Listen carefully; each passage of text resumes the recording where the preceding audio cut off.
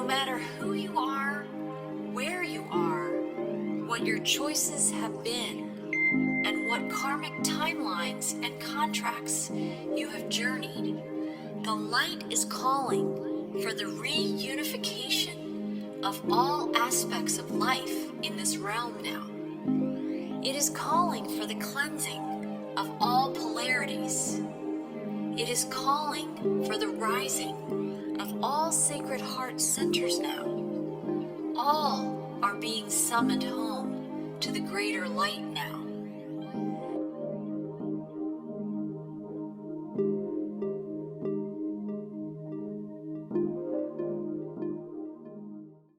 Hi, and welcome to Whole Soul Mastery's Live Well, Live Whole podcast series. I'm Marie Mohler, and I'm an author, intuitive, and a host of bringing these messages of integrating the polarity of light and shadow inside ourselves so that we come into a greater wholeness.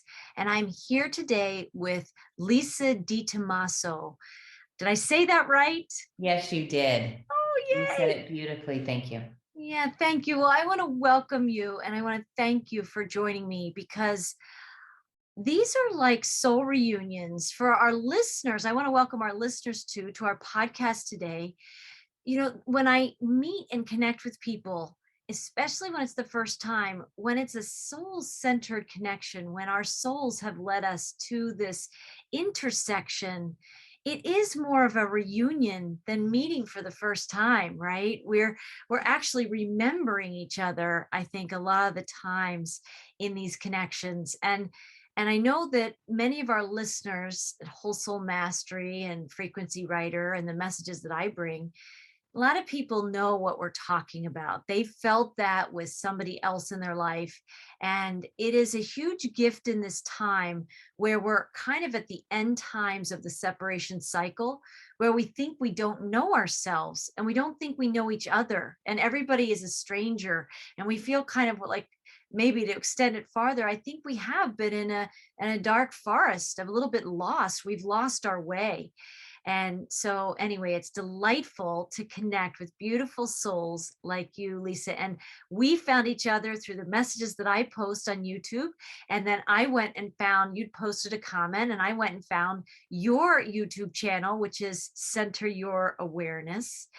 And then we've been corresponding, we've had a conversation, and now here we are podcasting together. And I think the beauty and the synergy of coming together at this time, I think, as these messengers and voices of the divine feminine, of this coming into union and wholeness inside ourselves. And there's lots we could talk about, but I'd love for you to start us off a little bit and just share a little bit about who you are and how you kind of found your way in the journey to what we would call awakening, right? Yeah. Yes, thank you. Thank you, Marie. And I'm just so honored to be here with you. Thank you. I started my journey way back when I was in high school in an English class. And yeah, it's a cool story. You know, I've studied metaphysics for over 30 years in so many different aspects and so many great teachers. And my greatest teacher was, of course, my mother, who allowed me at that age of 17 when I came home from my English class and said, "Mom, I just discovered reincarnation in this story, and I know I've been here before." And she said, "Well, we're Catholic, and Catholics don't really believe in reincarnation." I said, "Well, I don't want to be Catholic anymore because I know I've been here and I've got to find this journey." And she said, "Okay, I'll support you in that." So it was really a beautiful way to start my journey for myself and for her, because she also started exploring from her own avenue. So when we came together, we would meditate together, we would share our stories, we would read books to each other, and I just delved in. I just was drawn to it in such a deep way. And of course, I still had that ego part of me that said, well, to be important in the world, let's get a job, let's get a career, let's work on what the world dictates for you to be. And I struggled with that again, got married, had kids, and did that off and on over the course of my 30 plus years of adulthood. And about 6 years ago, I stepped away from it. And I said, no, I am going to be of service. And I kept asking that, how do you want me to be of service, God? And he showed me, to be me. And I mean, I'm a Reiki practitioner, numerologist, know about astrology, the emotions, emotion code, emotional frequency tapping, KOH, which is Dr. Kruger. It's bringing the nervous system into alignment through the surface of the skin, but it also has taught me what each organ and the function of it and the dis-ease that it can bring about in the body. But it also enlightened me with the chakras, or the seals, as Yeshua called them, to bring about the wholeness of the body. So I've really come to such an understanding in my own level of what the mind, the body, the mind, and the spirit bring in with our I am presence. So, there's so many ways of titling, and, who are you? What do you do? I'm a light worker. I work with the light, I work with the frequencies, and I bring wholeness into our moments. And I think that's why I just was so drawn. And again, there are no accidents. I don't even know how I discovered a Frequency Writer probably 2 years ago, and have been listening and leaving comments, and it was just one of those comments that you picked up on that connected us at that soul level. And I think that's what this awakening time is about, is looking at those connections and saying yes to them. It is. That's the other half of listening, isn't it? That we get the guidance and then we take the action step if that's what we're called to do, right? And that it is a deeper listening at soul level. It is. I in a lot of my transmissions, or even in my children's books, I think in a lot of my children's books, I have kind of an intro that talks about, seeing with our inner eyes and listening with our inner ears. And we are coming back to that kind of as children and souls of God, source, creator, creation. And all that you just described was so beautiful, because in high school, like, that's amazing that you were awakening at that time and you knew to listen to that. You could have felt that feeling of reading that book of reincarnation. In fact, many of your classmates did, and blew right past it as just another assignment in a sea of assignments that in the educational system, as and all the way that rolls these days. But you paid attention, you listened differently, and it was likely your soul's time to do so. There was something about that energy that resonated, and you listened. A lot of people override that resonance. A lot of people override those messages that we are getting. The universe, this living universe, is communicating with us all the time. But boy, we are surely conditioned to not listen, right? We come in these sentient beings, and you see, when you watch little children play and move through their days, they're all about their feelings and their expression, right? Who they are. And then they get taught, no, put that to the side. You have to focus here. And I think it's extraordinary. I think it truly is miraculous that we do come in these sentient beings. We do get those messages at a certain age and stage, right? When we kind of enter school age and we need to be taught how to be who we are, right? We get How to taught, behave in that right, classroom. and behave in that classroom, and to set aside all that you are discovering about yourself in your own ways, or at least dim it down. And I think there is this journey of discovery. So, I mean, I'm sure there would be people who listen to this and say, oh, I never lost connection. But a lot of people resonate with, whether it's religion, whether it's school, whether it's peers, family, whatever those messaging systems are. We go through this process of coming in who we are, then kind of forgetting who we are, and going through this process of rediscovering who we are. And I love how you also described, even though you've been on this journey of rediscovering things that resonate with you, that you do know through your lifetimes of experience. But you married and you raised kids, and we get all in the doing of life. And that's just another way that we have experiences in our lives, which is really powerful. And it brings the lessons and all those things that we grow through. But I do think there's kind of this divine timing of when we really turn back to ourselves, right? And some people are summoned to do that now and still aren't listening to that per se. And then, but some of us who are very tuned in a way, sensitive, intuitive, it's been in there the whole time. There's a moment in our lives, I think, or a sequence of moments when we are called to listen deeper. And I think we're at the precipice of a time where humanity is being summoned to listen deeper to those inner stirrings of the soul, to like recognizing. It was a big epiphany to me when I realized that everything has meaning. Everything from if I see a squirrel outside or a deer shows up in my yard, or just the synergy of our connection, right? The comments that come through, somebody in the grocery store. I mean, it's just amazing all the ways that this living universe and our place in the oneness of everything, we've disconnected from that, but it's a time of coming back into realizing that we are part of this greater oneness. And I know for some people that's a concept that they hear, but they don't know how it necessarily comes to life in their life. And there's so many things we can talk about today, but I just want to seed in our conversation. I think we are being summoned back into a greater place of this listening and honoring the guidance that's coming through us. I think we're in this place of having to find our way in a world that's upside down in the process of turning right side up. And one of the things that the guides, before I got on camera with you today, I always kind of asked that morning of like, what are we meant to be talking about today? Can you seed this conversation? Is there anything I should know about?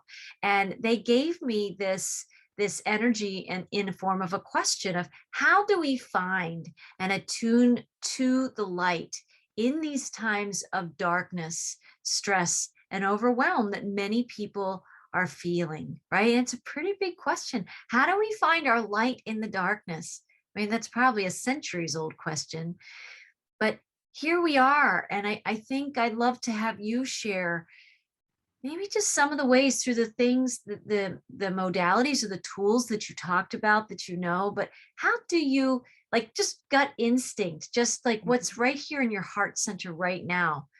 What's some of the things that are the quickest and easiest ways that you can find your light when you feel heaviness, or we hear things in the news, or we see just conflict between people, even conflict between us and our own family members who we love, right?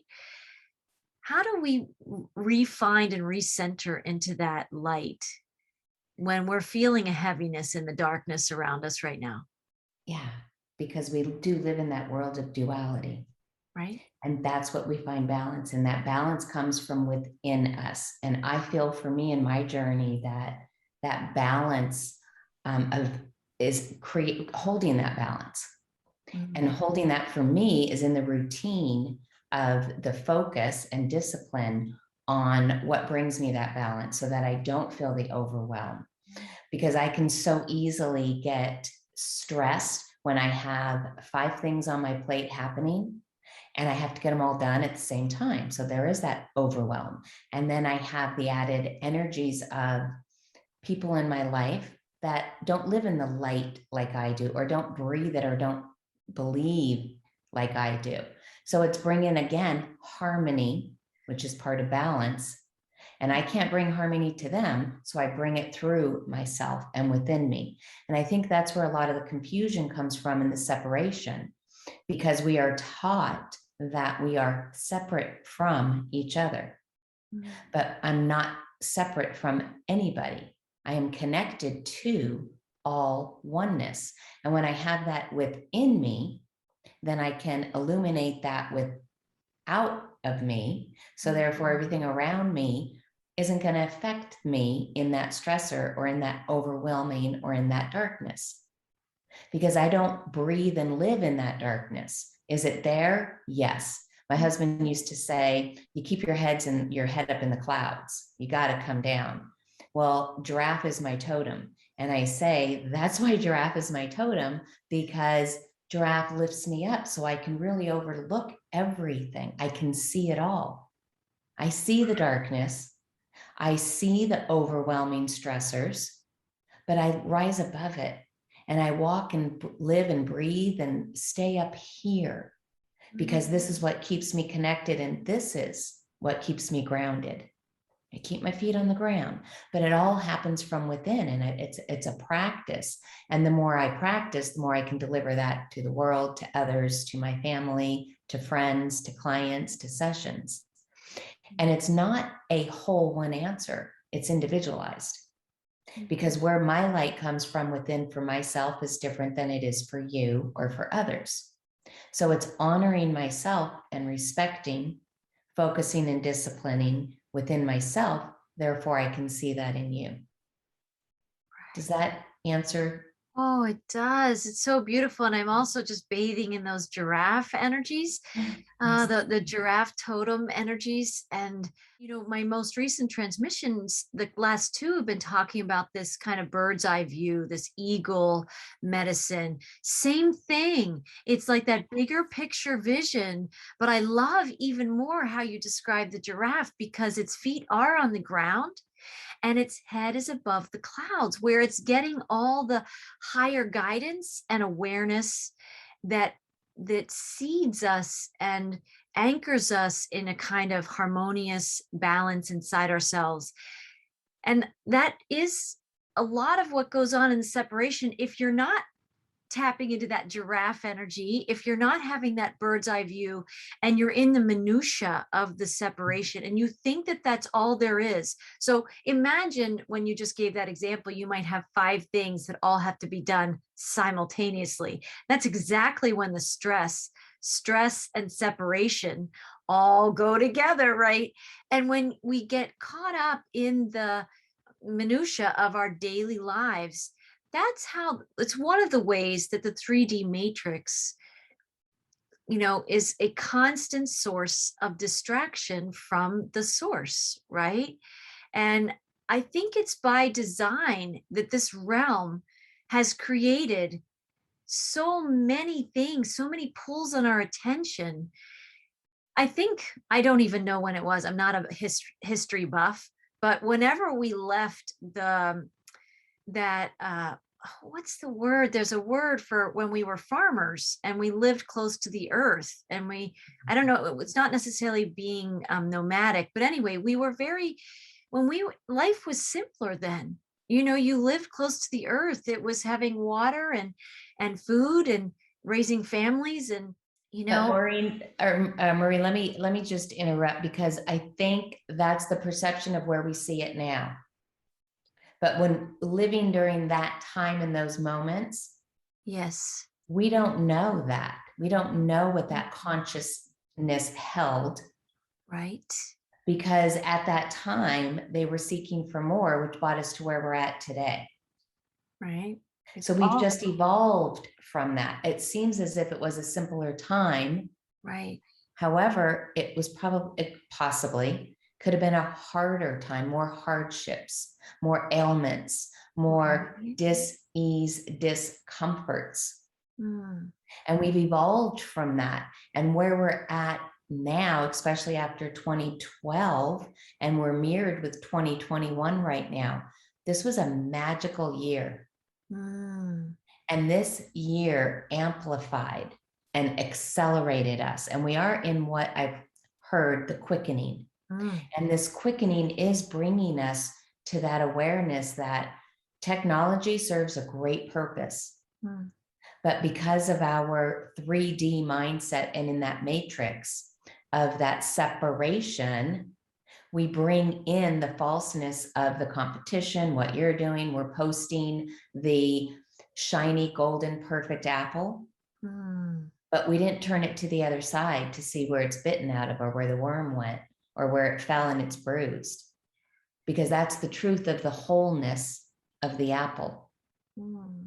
So I think, again, looking at that whole picture and bringing it, we have to be complete to evolve. And we are completing many karmas, karmic attachments, contracts, sacred contracts, soul contracts, because we're evolving as oneness. It's not one person evolving more than another. We're here collectively together. Yes. And we do it in that harmonized energy. We can have somebody who is so ascended and lives over in a trailer off of 500 acres and is living off the land today in this time and is so enlightened, but doesn't have to share it with any other beings. Right. And then we have somebody who lives in this gorgeous, perfectly furnished home with the beautiful kitchen and the beautiful diet and the beautiful energy and just living heavenly, but isn't enlightened. So we're bringing a balance into the human consciousness. Therefore, we are evolving as into the oneness of who we really are. And it's a hard concept to deliver. It's a hard concept to live in. It's a hard to know. And yeah, I want to scream it out to the world. But again, when I do that, when I find myself wanting to like share it with everybody, I realize it's my ego. And I just realized that on November 4th, that just passed, when I walked my labyrinth, when I stood in the center, and I was just at this part of my life and my journey of everything I've lived through and done. And the path, I've walked a labyrinth for years. I've created them and built them. I've had 2 in our city. And I've realized that that labyrinth and that walk that day was for me. And when I got to the center, that message was for me. It's for me to release what is in here that I've been holding that's hidden, that I've worked through the layers and the layers and the layers. But once I realized and felt it and it just came out and released, all the more answers came in, all the more light came in, all the more connections to bring me to a place of freedom and to be able to deliver in how the universe presents it. And it connected us. Right. It did connect us. And just everything that you're sharing is so beautiful because it is that wholeness. It's that journey to wholeness. It's integrating all the aspects of us. It's the apple that you talked about, the shiny side and the shadowy side. How many people want to look at all the allness of it?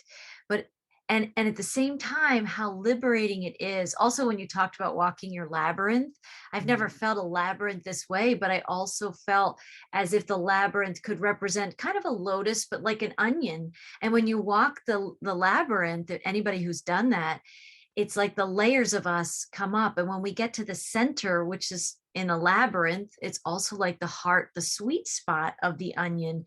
We are uncovering all the layers. They are us, right? Those are the pieces of us that have taught us so much about who we are, that have led us back to this place of desiring connection with our presence.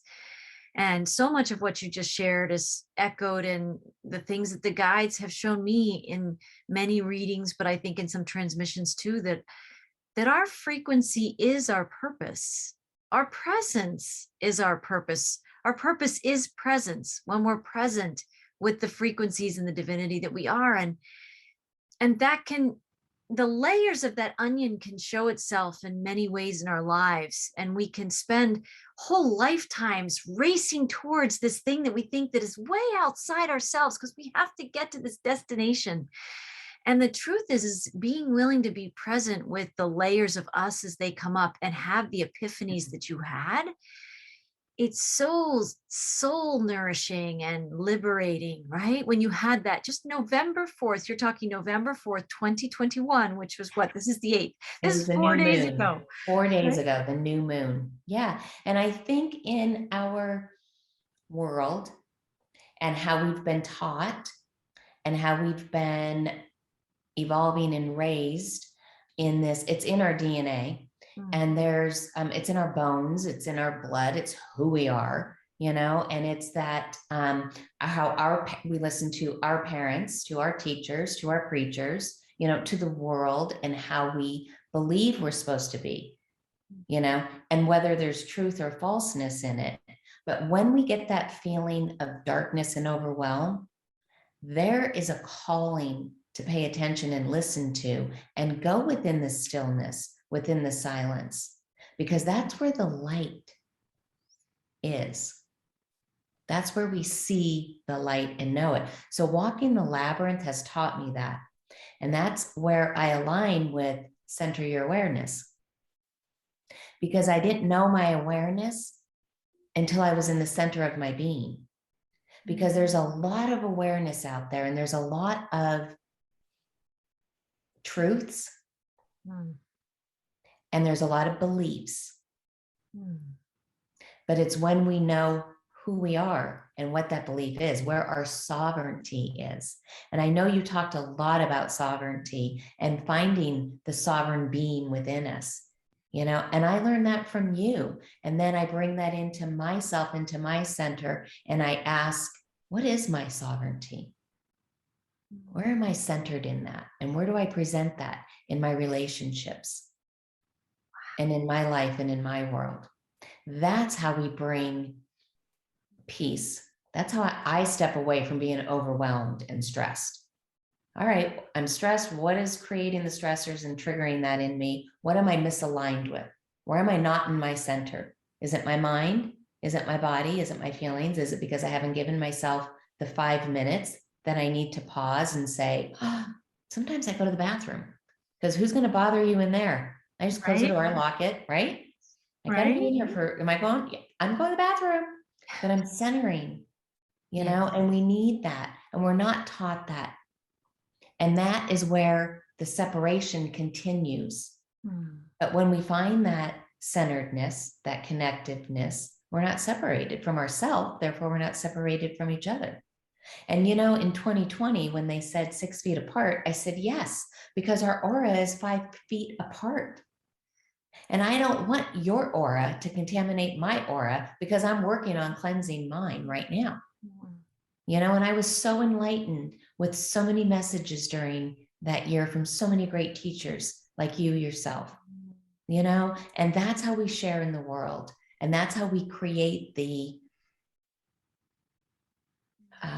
coming out of the illusion, because everything is the illusion. So that overwhelm and that darkness I discovered was just an illusion within myself of how I perceived it. And the messages that the Arcturians are sharing through you and your heart to deliver to us from a biblical time.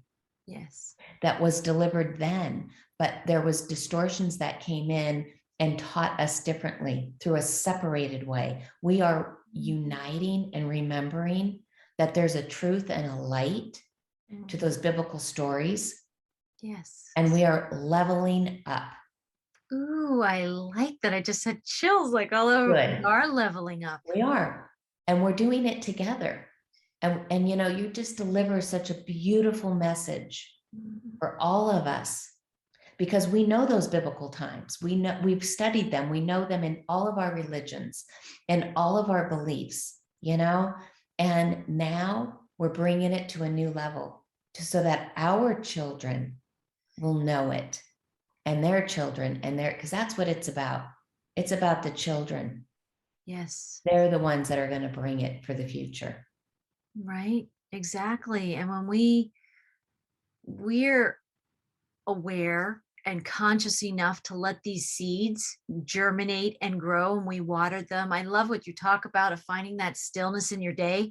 I've used that example before. It's like a lot of people, especially busy parents, or, you know, people who are just super busy in their life at work or whatever. And they think, how am I going to find time to connect with myself? I don't have the time. And then I think about, you brush your teeth, don't you? Like, you know, you go to the bathroom, don't you? You make time for that moment where you're just with yourself, even if it's for just minutes a day. When I started channeling, my kids were very small and my life was, you could even call it chaotic. And so at that time, I had only 5 minutes a day, maybe it was, in the bathroom, right? To just take a breath. And that's how it started. And people who say, oh, I can't connect, or I can't do the things you did. Oh, I can tell you, it was just 2 to 5 minutes a day that I'd say, okay, spirit, here I am. Like, here, right? We got this little window. Let's use it. And I would just, just like you said, I would get really still. I would get really still. And interestingly, also what you said that your husband said, you need to come out of the clouds, because I think in some ways somebody would have called me a daydreamer as a kid. I just had that quality that I could just, if I would get quiet enough, I'd be in another world. I could access I didn't have the language then, but I was accessing like higher codes. I was accessing the light in a different way, even when I was much younger. And so what we get labeled as is like a dreamer, or people who are just distracted, who can't focus. Or actually, I think it's the most important thing to listen to, even if you just take 5 minutes and you listen to your heartbeat and just tuning into the sound of your own music that's pulsing in your system, that's connecting you with source creator. Like, that precious music is enough to just say, I want to take 1, 2, 3, 4, 5 minutes a day. And it was, and just getting really still, that I would just focus on, I don't think it was so much my heart at the time, it was my breathing. And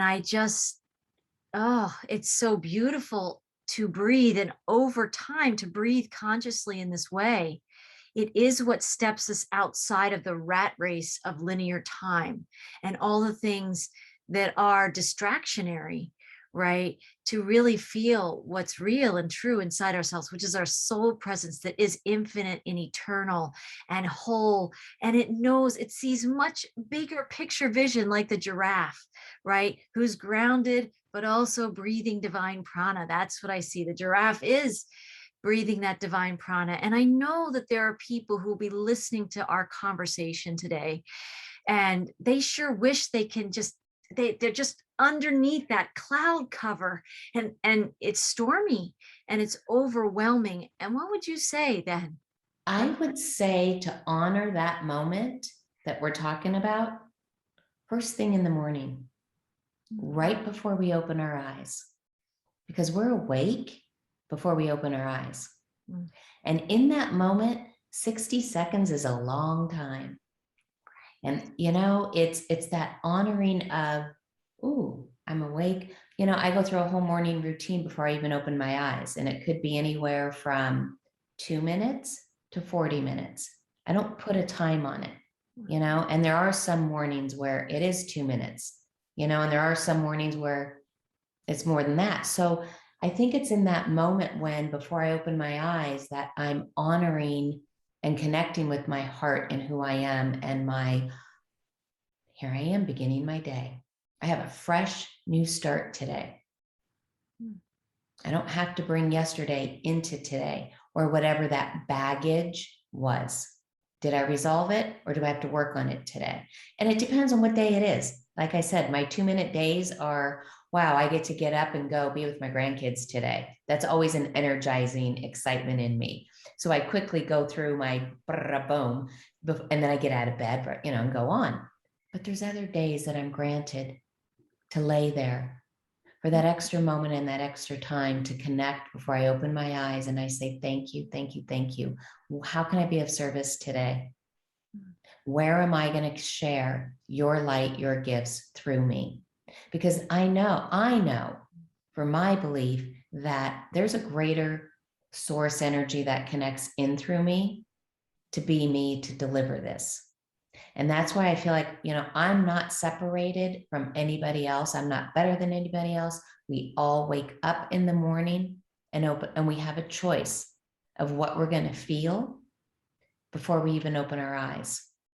And I also want to share, going through a message of, to pay attention to what we are listening to, because that's what we hear. What we are looking at, because that's what we see.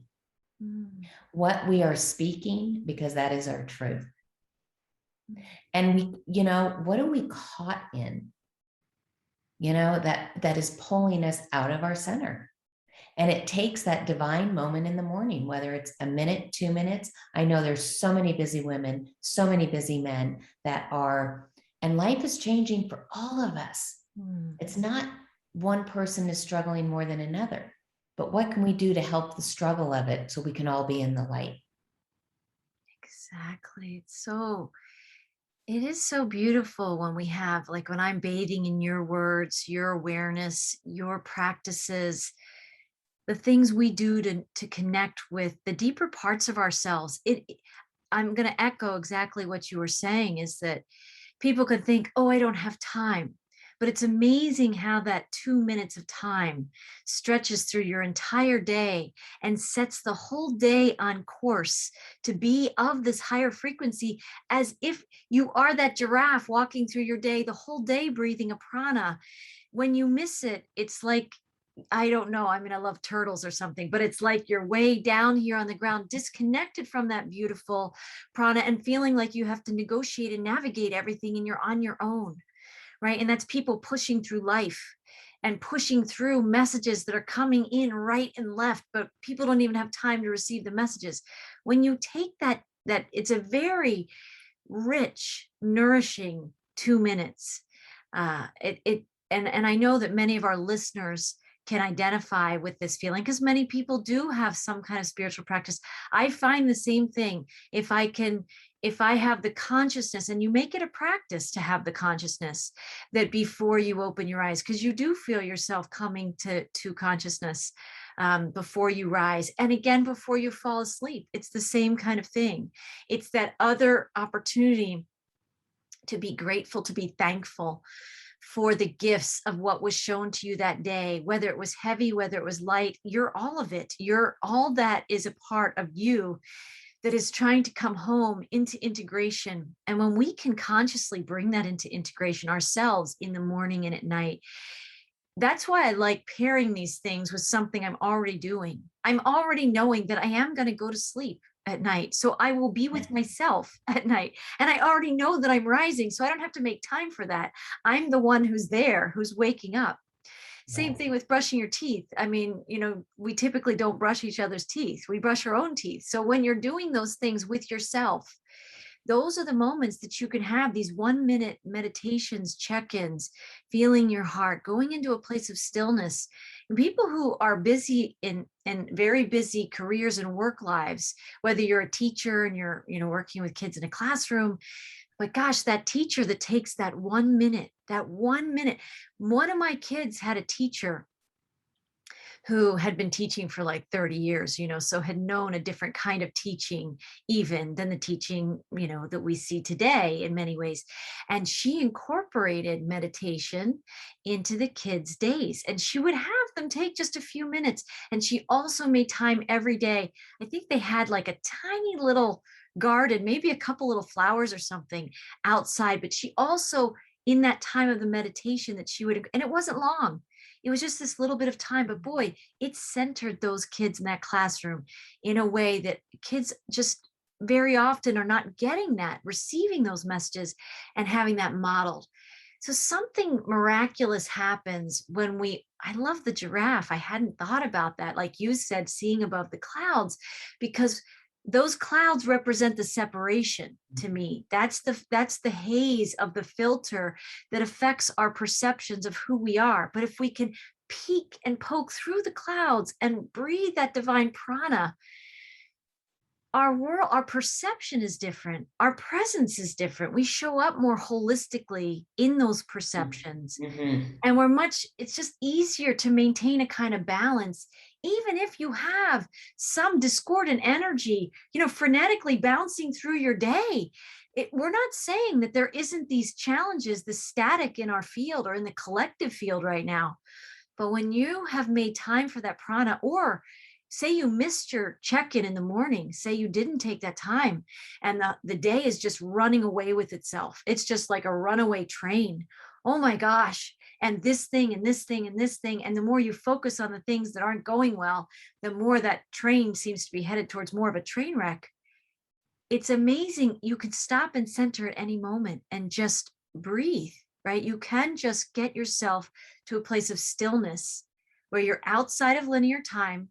You're outside the haze of the collective consciousness that's pretty staticky, and there's a lot of fear codes in there right now too.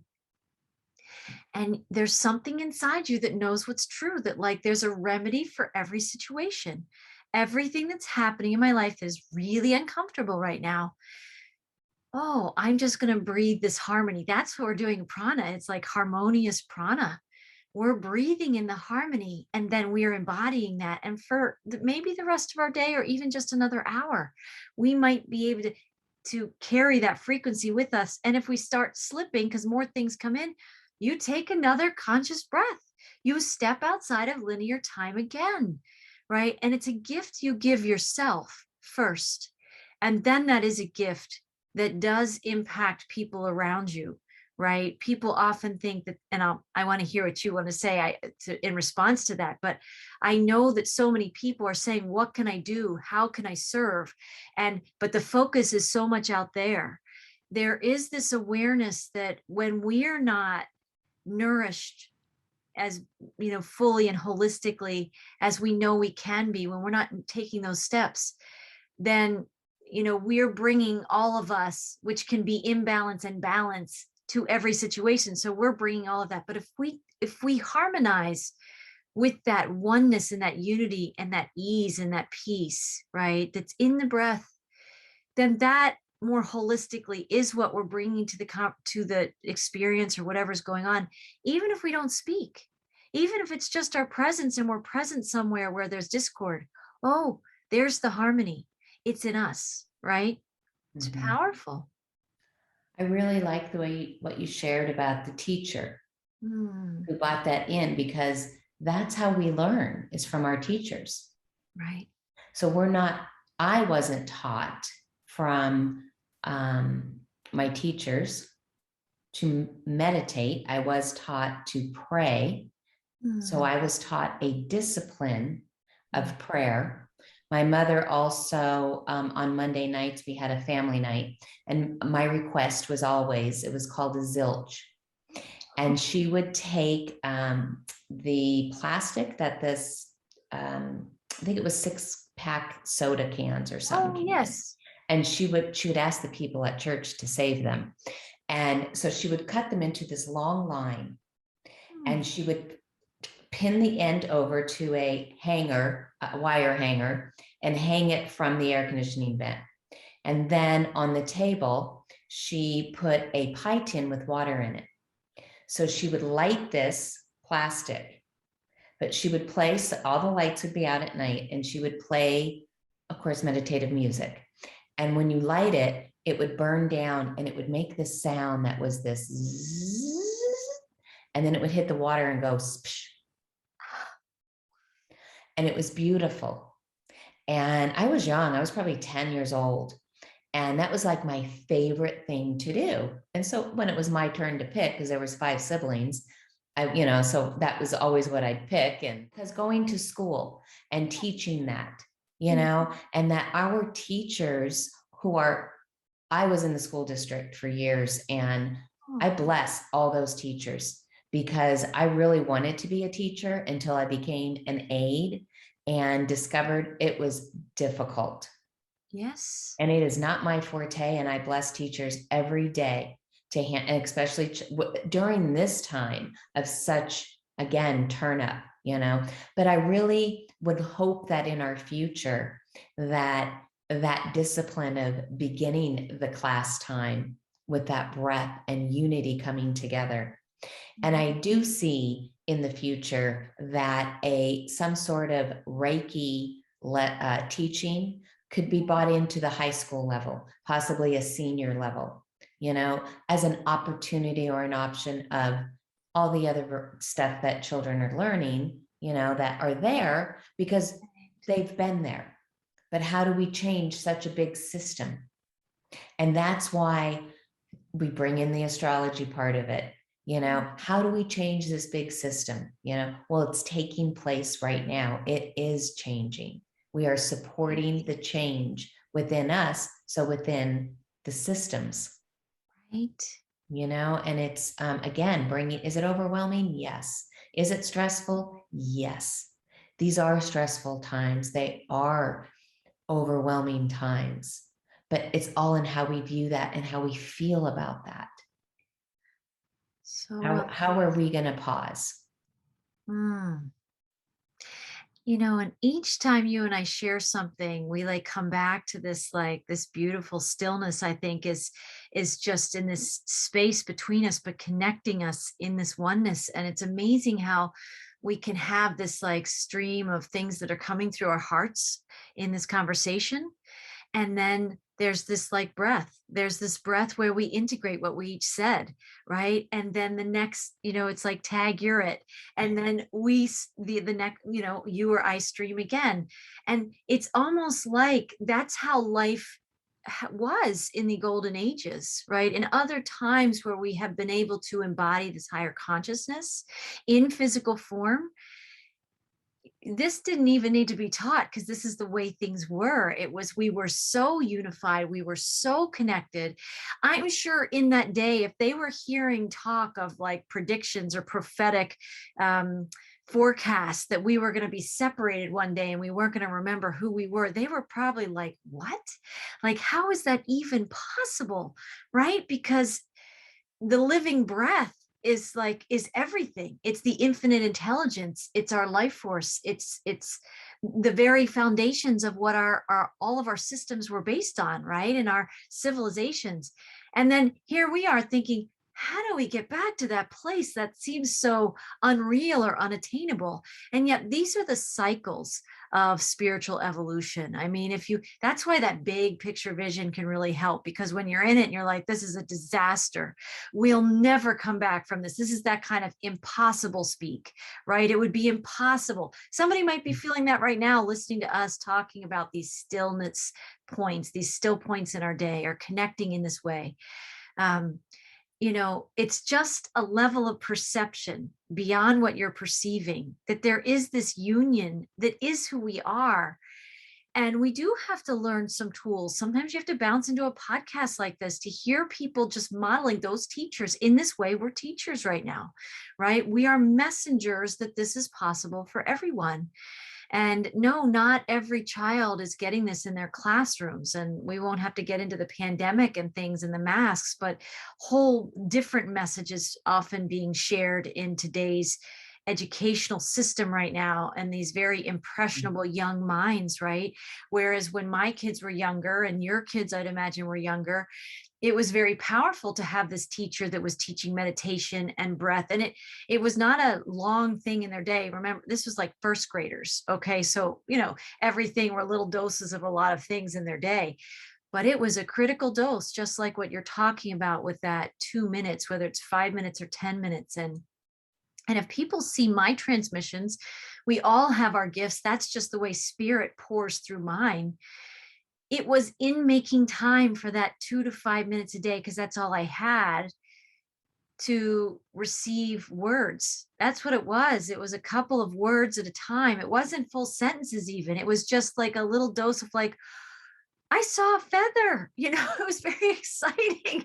I'd get one little morsel and I would be, wow. And I would have a full experience of that. And then I was so enamored when they became sentences, when the words arranged themselves through spirit and through my higher guidance system, that it was like that sentence, like, how do we find and attune to the light in these times of darkness, stress, and overwhelm? That was a big deal when I went from words to a sentence. And then, but just taking more breaths and making more time. It's amazing how time for that grew in my day, that it went from having 2 minutes to 5 minutes to like all of a sudden I had 10 minutes where I didn't even have 5 minutes before, right? It stretches time. And so then I had more time for these beautiful messages to come through. And then it went from receiving sentences to paragraphs. Like I was blown away of like, oh my gosh, there's all this information. And then it just became like, how long do you have? Because I could probably write 24/7, never stop, because the gifts that they want to give, it's always on, right? They don't leave. They're always there to support us and guide us. That means at 3 a.m. in the morning, if we're calling out, or at 2 o'clock in the afternoon, if we're just in a place of divine receiving, spirit and your team of guides and God and these frequencies that are leading us to our higher awareness. And truly, someone recently said, I think it was Paul Panzica, who I podcast with, he talked about the hero's journey, but also the heroic soul is seeking their optimal timeline. And when he said that, that was like, oh, that was like, I just felt all the vibrations in that. The heroic soul is seeking its optimal timeline. And of course, we have these tools and practices and journeys and adventures that we have that are leading us into that optimal timeline. And you and I might language the optimal timeline of the integration and coming into wholeness, coming into balance, right? We are in that journey, and that my journey just showed up that way, that I was discovering stepping outside of linear time through the breath. And I can't even say it was all that conscious. It was just like some instinct, some intuition to be making that time. I knew I felt better when I had those few minutes a day doing that. And mine just showed up in receiving words. And I've been a scribe for many lifetimes, right? I've been someone who was receiving messages from spirit and relaying them in some way. So for me, I think it was just the way my higher self got my attention to say, oh, you can do this thing. This is who you are. You are a teacher and a healer. And I think you guide people in meditation. Do you have gatherings locally, or do you work with clients? I did for a while, and then I was doing them on Zoom. And then I was called to look at a deeper level of myself. I had some more work to do. So 2021, I have not done meditations, and I am being called, and I believe my mind tells me January, but spirit guides me and tells me more February, March of when I will be reuniting and holding meditations again at a different level. They haven't showed me, they've showed me a little bit of inviting me, but it's not here yet in the concrete. So I will be doing meditations again. I love meditating personally. I love sharing the technique, because meditation, I believe, again, bringing us back to that breath, and that's what breath is. It's centering us. And when we're in our center, whether we are waking up or going to bed or taking that pause in the bathroom, that's meditation. Because you're connecting to something inside that isn't the brain, that isn't the eyes looking at, or the ears listening to. It's not all our physicality. It's like outside of that. And we are so, I know I was for the longest time caught in this physicality part of who I am. And I allowed that to dictate what I did, where I went, who I was with, whatever, in a subconscious way. And we are becoming more conscious of our subconscious thoughts. And that's what meditation does. Takes you out of the consciousness, out of the subconscious, and it just brings you into a level of consciously unconscious. And it is a practice. It is a discipline. It is a habit, and it's more in the discipline of allowing the monkey mind to go away, allowing those thoughts to pass through. Don't grab them. Because we have our feeling first. Our heart was the first that was forming in the womb. Right. And that heart, that was the heartbeat, beated in the womb with our mothers. And that heartbeat is a frequency and a vibration of feeling, not thinking, not thought.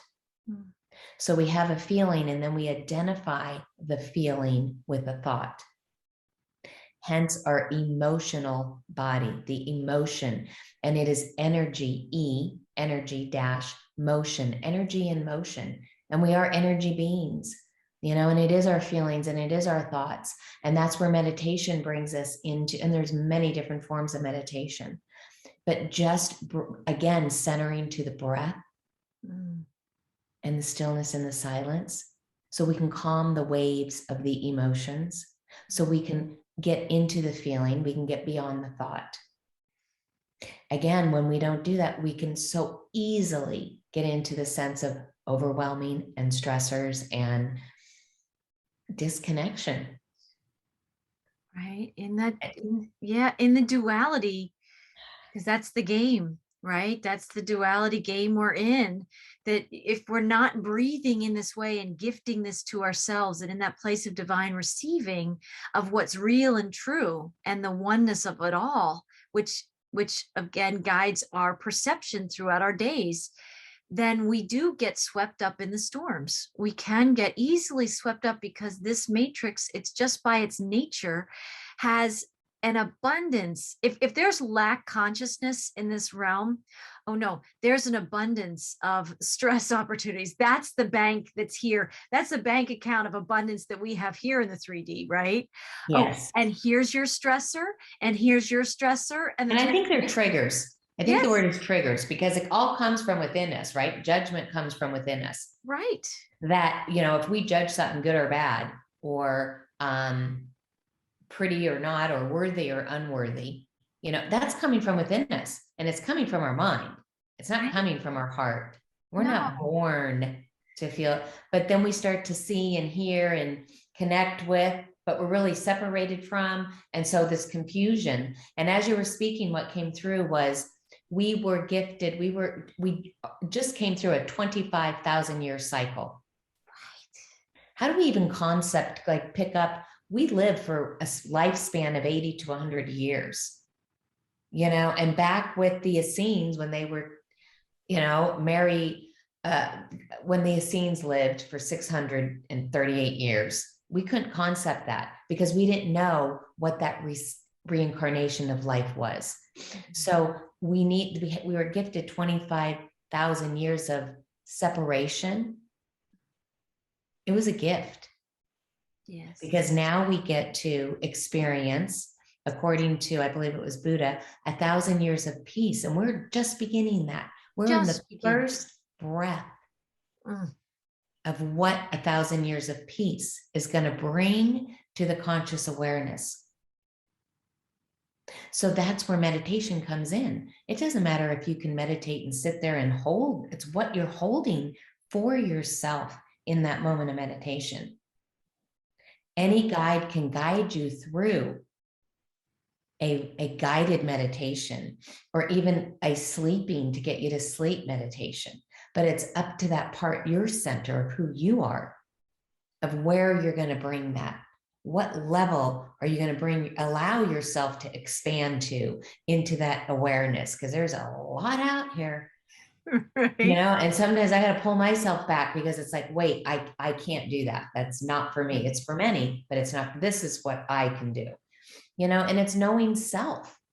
Right. At that level. And that's what, you know, that breath and meditation brings us to.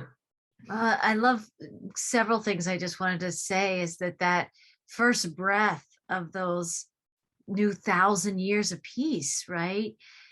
The first breath is the first seed. And when people take that first breath and they are listening to something like this, or it comes another way through other messengers, but they realize that their breathing is the seeds of this new earth experience, this whole new adventure and this new age, right? That first breath, we're seeding it. And then we get to listen for where those seeds plant and where we're going to water them and how we're going to nourish them. But we are shifting from this place, another friend of mine would call that reactive creation, to conscious creation. And a lot of people, they think, I mean, truly there are people who listen to a podcast like this, if they make it this far and they're like, okay, whatever about the breath, because they don't see it as a creation. But breathing is creation. And I think, isn't that in the Bible? Do you know more about that than I do? Didn't God like breathe creation into form? Or for 7 days? And he breathed, but is that the language? Is it with the breath? You know, I don't know that much as far as following the Bible. Right. But I know many that do. I know you do. Yes. Well, I actually just feel it because I'm not somebody who's read it, but I can feel that energy is there. It's almost like it should say in the Bible, whether it says it or not. Oh my gosh, that I could say such a thing.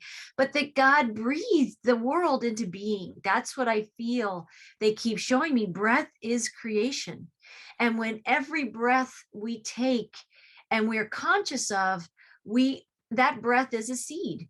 And that's where this other language that they've given me about how language itself can liberate and language can incarcerate, right? That's such a big concept and an energy form. I think the same thing is true about the breath. The breath can liberate us. The breath can incarcerate us, right? And I think in the shift of ages that we're in right now, as so much is changing in our world, whether the different people as global citizens and a humanity of this planet agrees on what the changes are, that's a whole other thing. But I think we all know that it is changing, right? And when we can become these conscious creators, the truth is, and I'll use my serpent language here, but the serpent, the matrix itself, is heavily invested in us not unifying in the breath, us not unifying in who we are. And so it's going to continue to seed divisions. That's its garden. It's the division garden, right? It's the discord garden. And it makes sure, look at all of our wars. Think about us in the golden ages. We didn't war like this, right? We were of a different consciousness and frequency entirely. But those codes of that unity consciousness and that harmony are inside us. And if we are still the same creators that were here 25, 26,000 years ago, before we descended, guess who's still here today? Oh, those very same creators, right? From those golden ages, right? And we're back again to say, okay, so if we breathe division, that was our creation. Now we're going to breathe union. And that's when maybe you're not necessarily on a Zoom call or in a gathering, a group meditation, but you can be a party of one, breathing unity consciousness for the collective. And then when you connect with other people who value these things, you can have your own meditation groups. Like, that's what is healing this planet. And one by one, in a collective, we are being summoned awake. We are being summoned to this unity consciousness, and the serpent can't touch that. So why, we won't go into the political part of this whole thing, but I'm just going to say this phrase of like, why would a serpent be so invested in us not breathing? Because the breath is union. And the serpent, it's like the antithesis of its vision for creation, which is discord and division and keeping us separated. So it cannot have us breathing in union together. Oh, no. No. So it has to have the world all masked and all these things. As the world is waking up, and I do believe the world is waking up, when we begin to value the breath as some of our greatest wealth of all time, right? We can all have physical wealth. We can have dollars. We can have crypto. We can have real estate, all the ways that cars, whatever. We can have all these things. And yet, we know that our greatest wealth is something that is a vibration that comes from within, and God gives us that. And that breathing in union with source is the bliss that we're looking for, to have that heaven here on earth. And we're the conduits of that. So you are such a beautiful messenger of that. And I love how you're listening, that even though it's one of your greatest gifts, this meditation, knowing the breath and connecting with centering your awareness in here. It is something that it's like, I can feel it's in your fabric. It's in the tapestry of you, right? It's in who you are. How amazing is it that you're listening, that you even knew that while it's your greatest gift, there's a time of listening and integration to go to the next level. Your giraffe's neck is about to grow like a couple feet, like a ladder, right? And it's I like to think of as Aussie cones that are up here, that those are like my little antennas that are keeping me zip. Right? You're listening to that, because some people would be like, hey, I'm on a track, I've got people who are interested, they're gathering with me. Not everybody would even pause and listen and say, there's something more. I need to receive, be in a place of receiving, so I can go to the next level and invite people who want to join me to come with me. We started the conversation with that energy of listening, and I think it's going to continue to be a theme, because to awaken, we need the breath, we need the listening. We need to know how to have a still point, which means inaction, which means still point, which isn't moving forward or backward or traveling anywhere else in all the triggers of time. it literally is in a 0 point portal where you're kind of in a sound chamber of celestial heavenly energy with this breath, and you're listening to the music of God. You're listening to the music of the, of spirit and this living universe. That is such, I always use the word, I know not everybody resonates with, but it's such a pregnant time. It's such a time of new Oh, growth, right? It's like a yes. womb. That still point, that 0 point is a womb of creation, and you're in it, right? And there's so much grace. There's so much grace in that space.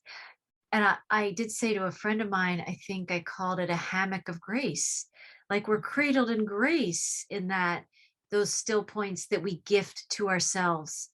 And so people think I have to have, a lot of people in the conditioning of our world, I have to have money to go on this trip, or, to do X, Y, and Z. I think I like that you're bringing that up again, because this is we do, I believe, choose to come to this planet and experience the duality, because that's where we grow, is in the contrast. We have to see the light can shine brightly and the darkness can stay in darkness. But to come to the unity and the duality, we've got to unify that within us. And we do have that in us, because we can't see in us, and that's our shadow. But we got to bring the light to it. We got to see our light to work through that. Right. So we are experiencing that awakening during this time right now. And I think, again, that's what that breath, and that we are, that pregnancy with that breath is bringing into our awareness for many of us, and there's many that don't, and that's perfect. That is absolutely perfect. There is no judgment. There is no more than, less than. And that's what we're learning, because we're coming out of that duality of that ego and judgment that dictates what the light and darkness is. Right.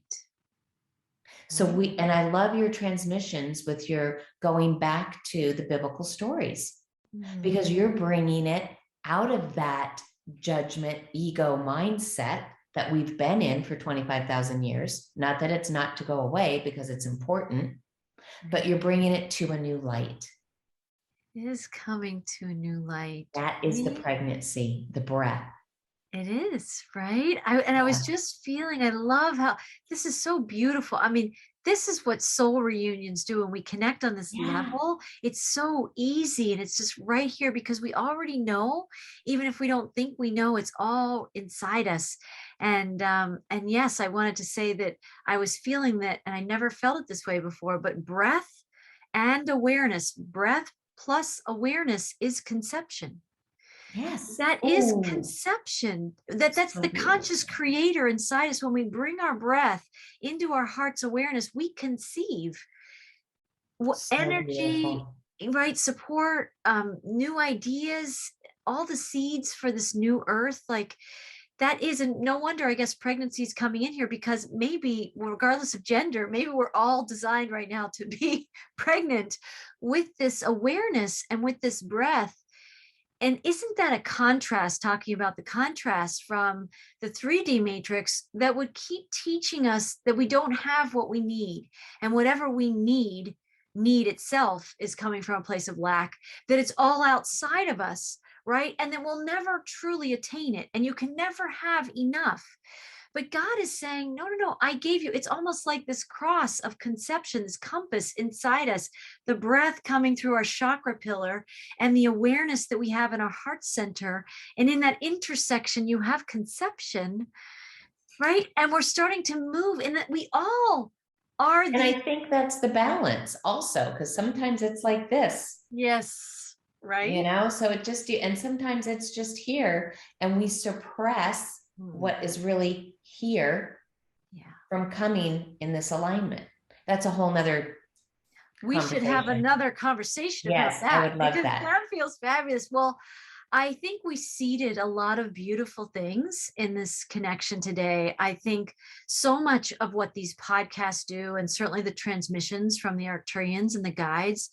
And but I love these podcasts because we're bringing all of these frequencies through our unique instruments into this, like, it is like a symphony. Like when the collective comes together in this breath and this awareness, instead of all this discordant, muted music that we hear as static in the frenetic energy of our world right now, it actually comes together as like this gorgeous symphony. I once heard, I don't remember it now, where from, but I think if you slow down the chirps, I guess you would call that, of crickets. Have you heard this? Have you ever No. heard that? Oh my gosh, I've heard it, but not in this analogy. in a YouTube video, I think is where I heard it. It's actually a symphony. So what sounds like in our perception of crickets, it just sounds like a chirping, right? But when you slow them down, when they're doing that together, it is like classical music almost, right? And that's kind of us. There's all the chirps of the 3D triggers going on, and you might think everything is in disarray and everything is out of balance and everything is chaotic. But if you slow down and you breathe in awareness and you step outside of linear time, the symphony has been playing the whole time, right? And I think that's part of what I feel like is activating inside you, is you're a messenger of that higher level symphony that you've needed this year, of more of a still point, to be listening to, any one of us that identifies as a light worker, light warrior. We can still have ego inside our offerings, the things that we're doing. And a lot of that getting into a still point is more and more releasing, appreciating the ego, loving it for what it's been, but allowing the heart to lead more and more, and getting these downloads so that we can, I think those of us that can are offering our gifts in these new and bigger ways, or broader ways, to facilitate the expression of that cohesive oneness, that symphony that has been playing this whole time, but this whole cycle, but we just couldn't perceive it. We couldn't perceive it. Beautiful. Just beautiful. It is beautiful. So I want to thank you. Thank you for joining me. It is so delightful to reconnect. It's delightful to share the music that's inside both of us. Co-created this today, and the people listening are co-creating, and that's part of that symphony that we're growing. And so when people spend time in these podcasts, when you join us, you're joining this like ancient yet new earth music that is timeless. And the more we spend time, we don't even necessarily know why we listen sometimes to certain podcasts, but if there's an attraction and you're still here listening at the end of this conversation, you're part of this music that we are creating together, right? And this is also what's happening, is we're going to be listening to that humming of unity. We're following the sounds. God and source and creator is leading us. And boy, if we can live like Giraffe, what a great message to have. I love it. I mean, I absolutely love it, Lisa, that to live above the clouds, to be breathing that higher prana, and knowing that if that's our fifth dimensional selves, and our 3D selves are still journeying on the ground, that we are in a process. We're not eliminating our 3D selves. We're integrating both and the 4D consciousness, right? That's probably centering around in our heart centers here. That's the bridge between the worlds. And here we are sharing these just beautiful messages in a time in November where we've come through, and I'm going to wrap this up, but we've come through Red October of 2021. I believe we're still inside some of these energies of Red October. I think that's why I haven't moved this painting behind me, because I just feel these red frequencies. And we are journeying kind of the storms of, like, it's an epic time. And yet God makes it so simple. Source, creator, the universe, whatever your language is, right? You don't have to adopt my language, but inside you, there's this living energy that is right here, and it's right inside you. You don't have to pay for it. You don't have to go in search of it. The amazing thing is when you wake in the morning and you go to bed at night, oh, it's right there. And all we have to do is say yes to that. All we have to do is say yes to listening to that. So I invite you to join me on my platforms. You can join me at frequencywriter.com and also at Whole Soul Mastery on your favorite social media platforms. And Lisa, please tell us, where can people find you right now? You can find me at Center Your Awareness, which is my YouTube channel, which is just brand new and opening. And I have a Facebook page, Center Your Awareness. Center Your Awareness on Facebook as well. And on Instagram, it's at See Your Awe. See Your Awe. Yeah, S-E-E. CE for center, Oh. Your Awe, AWE for awareness. Hmm. And everything about what we've just shared right there, it's vibration. Sanskrit would be just like what you have, See Your Awe. In Sanskrit, each syllable has a frequency. And so there's no accident in what we do. Everything is a message. And we talked about everything has meaning if we expand our soul sight to see it. And that's what makes this world magical, even though it can seem very challenging at the same time. It's just our lenses of perception and how much we're centering in that, creationary energy. So we will be back, Lisa and I. We will have to podcast again. This is such delight. And we'll see you guys again real soon. Thanks for joining us today. Thank you, everybody, for joining. And thank you, Marie. And thank you, Divine. Amen. Thank you. Blessings. Blessings. Bye for now.